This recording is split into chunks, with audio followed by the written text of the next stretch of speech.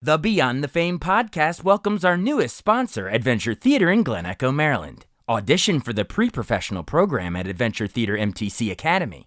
Led by a highly qualified faculty, ATMTC Academy's pre-professional program prepares talented and committed students in grades 4 through 12 for the world of musical theater and performing arts. From singing, dancing, and acting training to preparation to go on auditions, theater kids find their home at ATMTC. Visit atmtc.org. That's atmtc.org. This month's programming is also brought to you by the historic Ford's Theater in Washington, D.C. Step into 1865. President Lincoln has been shot and the city is in chaos. As the newest deputy to join the ranks, the investigation is in your hands. Join Detective James McDevitt as you retrace the footsteps of the Lincoln assassination through the streets of downtown D.C. Whether you're a history buff, a true crime enthusiast, or just looking for an entertaining way to get your steps in, there's something for everyone in history on foot. For tickets, visit Fords.org. And of course, this podcast is powered year-round by our longtime sponsor, the Hollywood Casino at Charlestown Races in West Virginia. Upcoming featured entertainment includes Shenandoah on July 3rd and the Oak Ridge Boys on July 4th. Details and tickets at HollywoodCasinoCharlestown.com. Must be 21 to enter the casino floor and attend a show. Gambling problem? Call 1-800-GAMBLER.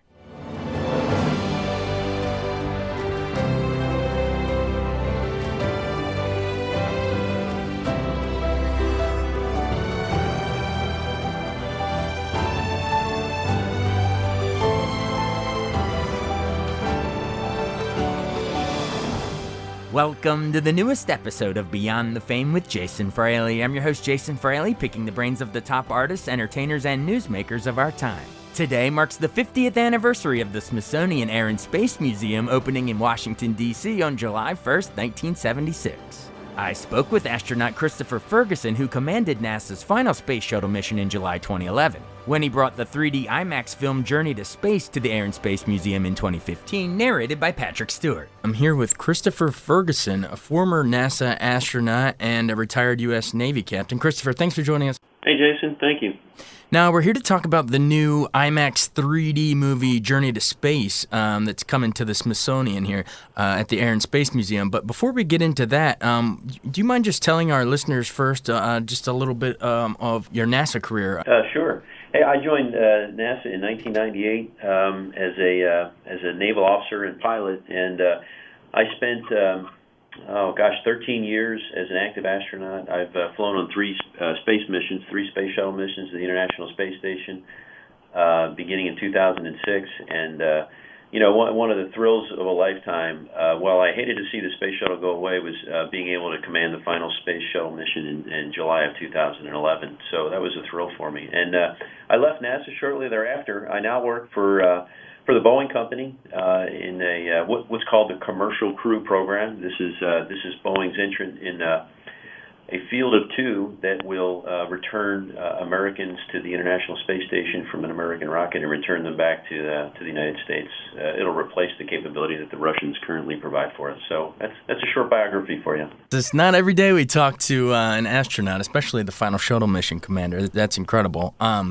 Looking forward into the future, do you expect the program to be, started back up at all ever again, or do you think it was kind of its era? There's a famous quote that was uttered by someone that said, it's just a chapter in a book that's a very long journey. So we're in space as a species to stay. There's no question in my mind. The only question is, how long does it go between great advancements? Back in the 60s, we made it to the moon, and we did that in the span of just 15 short years from the time we started, even thinking about space. It was amazing. Right. And then we simmered for a little while, and then we built the International Space Station, a great outpost that's been occupied for 15 years now. And, the question is, when will our next big thrust come? I think that all of us would love to see us have humans on the moon someday, on Mars someday. So, no, the space program will never leave us. It lives in all of our imaginations. I think we'll be doing this from now until the day we cease to exist as a species. But the next big thrust, like I said, I look forward to the day I see a multinational crew walking on Mars. Absolutely. It'd be a wild day for sure.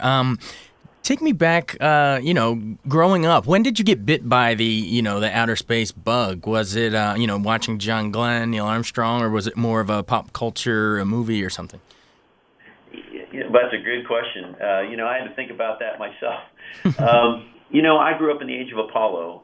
When I was a young, impressionable kid, I watched Neil Armstrong walk on the moon. I was probably 8 years old at the time, and I want to think that I sort of got bit at the time, but that was what other people did. Other famous heroes, really smart people did. I couldn't possibly aspire to something like that, but I went to college, went in the Navy, learned to fly, went to test pilot school, got a graduate degree, and a few years into that adventure, I realized that everything that the former astronauts had done, I had accomplished, not with the express intent of becoming an astronaut myself someday, but I thought, sure, what the heck, let's give it a try. And I applied a couple times and got really lucky once. And it's just been such a wonderful experience. I don't think most Americans appreciate what an incredible collection of people there are that work for NASA and the subcontractors who support the space program. It's a wonderful thing. And the nice thing is we like to think we're advancing humanity in our own little way. One last question before we get to Journey to Space, which is more of a documentary-style movie, right? Are there any fictional accounts, narrative movies, Apollo 13, The Right Stuff, Interstellar? Which of those do you think captures it the best compared to your actual real-life experience? Boy, I'd have to say, I was always a big fan of Apollo 13. I thought that was just a fantastic movie. I've always loved it. And I'd have to say that, if you had to draw a parallel between, space shuttle operations and watching what that crew went through, of course, it wasn't fiction. It really happened. Mm-hmm. And if I had to say that I could see myself in a position like that because of something that happened in space, that I related to that the most. That said, I really liked Interstellar. I thought it was excellent. That was a really good story. And there's some great books out there, too. I'm looking forward to a book by Andy Weir called The Martian. I'm looking forward to seeing that made into a movie. It's just a wonderful story. That's awesome. And then it's got to be wild to think these are these great things you've seen, either on news stories, other, astronauts historically do, or you've seen it on the big screen in a movie form, and then here you are actually doing it.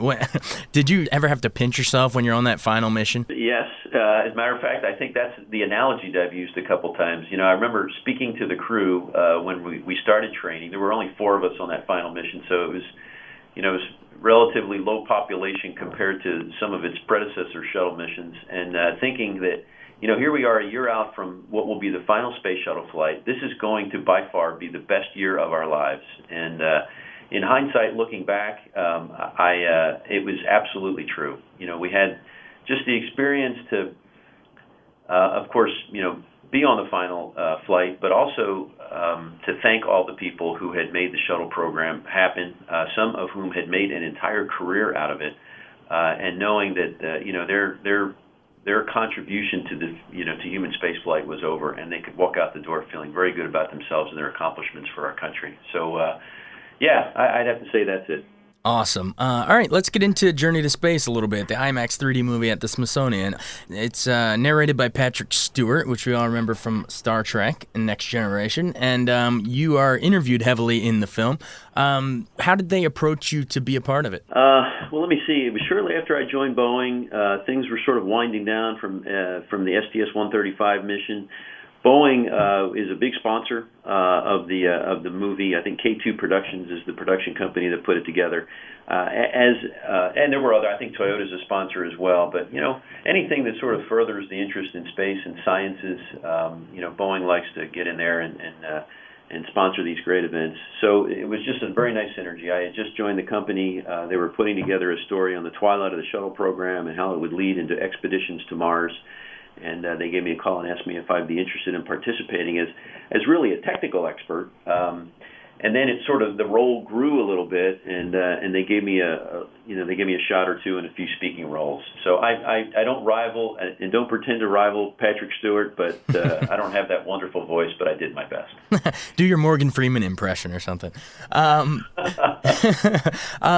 What all ground does the movie cover in terms of story-wise? I know it's a documentary, but what all topics does it cover? It starts off talking about how we as a human species, even though all of us get wrapped up in our day-to-day lives here, the bigger picture is that we're all just, we're just little cogs in a very large machine that's called planet Earth, and that if you look at our destiny, hundreds of years ago we set off from the shores of Europe to go explore the globe, and we seem to be poised in a very similar position right now to set off from the shores of Earth and go to other places that we can go to. And how do we make that transition from where we've been, which is living in low Earth orbit aboard the International Space Station and traversing back and forth on the space shuttle, how do we make that next leap out to those other places that have been visited but perhaps not explored? We've been to Mars several times robotically, but boy, how compelling to send a human expedition there, or a series of human expeditions there for 6 months or a year. So the story it kind of flows from some wonderfully spectacular space shuttle footage all the way up to what vehicles would look like and what's on the drawing board for vehicles to go to Mars, and the spacesuits that they'll use, how they'll live, how they'll breathe, and just where we're headed as a species beyond low Earth orbit. A, have you had a chance to see the movie? And B, have you had a chance to see it in 3D IMAX? No. I've seen earlier clips, but I don't know what sort of survived the editing desk. But somebody yesterday said, hey, they saw the movie at the Smithsonian, so I guess it must be showing there now. And, it's there already. It was really good. They said it was very well done. An interesting sort of aside to the story is the space shuttle in some of its earlier missions, and you do see some older shuttle footage in there, carried IMAX cameras. Of course, back when IMAX was, a new innovation, it was all film. Now IMAX is all digital, and carrying that heavy film to space was really, it was costly. So the astronauts had to make very efficient use of the film, and there wasn't many flights that it was carried on. So that's why some of the IMAX footage you see, the 3D footage, was from much earlier space missions. Whereas now they film them all in digital 3D, which is just incredible. Now, I'm sure, if our listeners go to the Smithsonian and watch it in 3D IMAX, it's going to be, trying to live vicariously through actual space missions, and we can imagine what it must be like. But as someone who's actually done it, like yourself, describe for me your first time ever up there, looking back and seeing Earth from a distance. Explain what that feeling was like. It must be almost out of body. That's a very good description. We tend to live on this earth for a long time, and we think we've seen everything.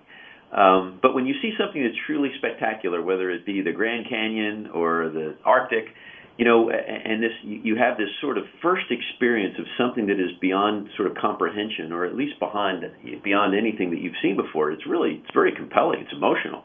And, taking that first trip into space is certainly no exception. To answer your question, the experience I recall the most was shortly after launch on my very first flight. We had launched in the daytime, but we rapidly flew into the sunset and spent about 30 minutes going through what was orbital night before the sun came up. And as a pilot, you're fairly busy for that first half hour. You have to shut the vehicle down. You have to, there's a lot of work to do. But I do remember when the sun first came up, this was my first orbital sunrise, we were in an unusual attitude. We were pointed directly at the Earth. And you don't often do that for several reasons. But at this particular moment, we were pointed directly at the Earth. So I was very busy with my head buried down in the pilot's seat, and I looked up expecting to see the darkness of space, and there was the Earth. It was shooting by at which was an incredible speed. And I think the words out of my mouth were, oh my gosh. Even if you had tried to imagine what that experience would be like, it did not hold a candle to the reality. it was an out-of-body experience where you get to sort of see the Earth not blurred by borders, and oceans are beautiful blue, and forests are just jade green, and it's just an amazing experience that's hard to convey in words. Has it affected your, outlook now that you're back down here grounded on this, third rock from the sun here? Do you look out at the night sky differently now? I always look out at the night sky. I have always been somewhat, I wouldn't call myself an astronomer, but I guess I'd call myself a stargazer. And I do look at it a little bit differently. The one thing that I think the experience of spaceflight has left me with is this overwhelming, compelling feeling to want to go back again. And it's an addiction. I promised my wife that I would sort of knock off this risky behavior, and but every time I got back and sort of indication might got floated that I might be able to go up again, I would I say pretty please to my wife because it's such an incredible experience that it just draws you back. And I can understand why some of my predecessors, shuttle crew members, some of them went up 6 different times. It's an amazing experience that just draws you back. And it makes you wonder if there's not a little part of us that realizes that we belong out there. Yeah, something buried within us that we know that, and that's where we're supposed to be, maybe. That maybe our stay here is temporary. You mentioned in the movie that the narrative arc of it kind of follows, mankind's exploration, our desire to conquer new frontiers. I'm sure, back in Columbus's day, they thought you'd sail off the end of the earth, and it turned out to be not true. And is it possible that we just can't even fathom what that next breakthrough is going to be? I mean, are we really that unique that we're the only ones out there in the universe? Well, there's a lot of opinions on this. I tend to look at things through a very scientific and engineering perspective and say that, there are probably billions of suns just like our own out there, and those suns probably have billions of planets orbiting them, and the odds that none of them are like our Earth are very remote. So I think that it'll be a matter of time, but we've been sort of poking around on Mars for a couple decades now. I think that we haven't found the Holy Grail, but I think that there has been overwhelming evidence. There used to be a very deep ocean on Mars, and where there's oceans, there's usually life. And what are the odds in the billions of planets that are similar to ours out there in the galaxy, knowing that our next door neighbor here in the solar system had a large ocean on it? Mm-hmm. What are the odds that there's not similar sort of circumstances that exist that are well beyond our imagination? The number of environments where life might thrive. I just noticed in the news today that they believe one of Saturn's moons has a bubbly. I don't know if it's water, but they said there's an ice cap, and they believe there's some bubbly water underneath it, whether it's a geyser or something. Look at Europa, which is a moon around Jupiter, which is covered with ice. There's water is just in abundance in the universe, and we found several cases of it just in our very solar system. I think that there's so much out there that we have yet to discover. How far out are we before we can definitively say that? I mean, right now we're talking about water, but if you had to even guess, how many decades out are we before we can definitively say, you know what, there might be an organism on X planet somewhere? Yeah. Well, what I think we'll find, I think finding that sort of direct evidence is going to take us a while. I think what we'll find is we'll find inferences of evidence.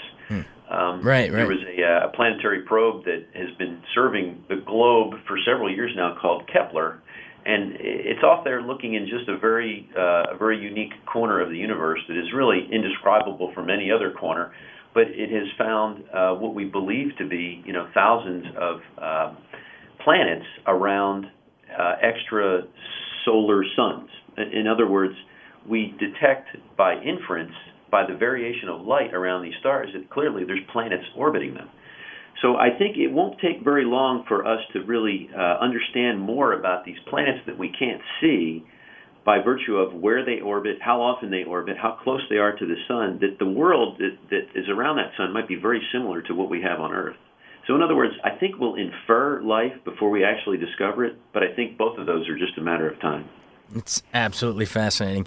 Hey, Chris, thanks so much for taking the time to join us. The movie sounds like it's a blast, and it's rated G. It's 43 minutes at the IMAX Theater at the Air and Space Museum, so, it's not going to take you a whole day. Parents and kids, you can go out as a family event and enjoy the Air and Space Museum while you're there and see an awesome movie with Chris Ferguson getting interviewed throughout the whole thing. It's called Journey to Space in IMAX 3D. And Chris Ferguson, thanks so much. Oh, my pleasure. Thanks, Jason. You have a good day. Check out my other astronaut interviews from Eileen Collins to Buzz Aldrin in the archives at BeyondTheFamePodcast.com. Thanks so much for listening to Beyond the Fame with Jason Fraley. Our theme music is Scott Buckley's Clarion. Remember to give us a 5-star rating if you like what you hear. We'll see you next time.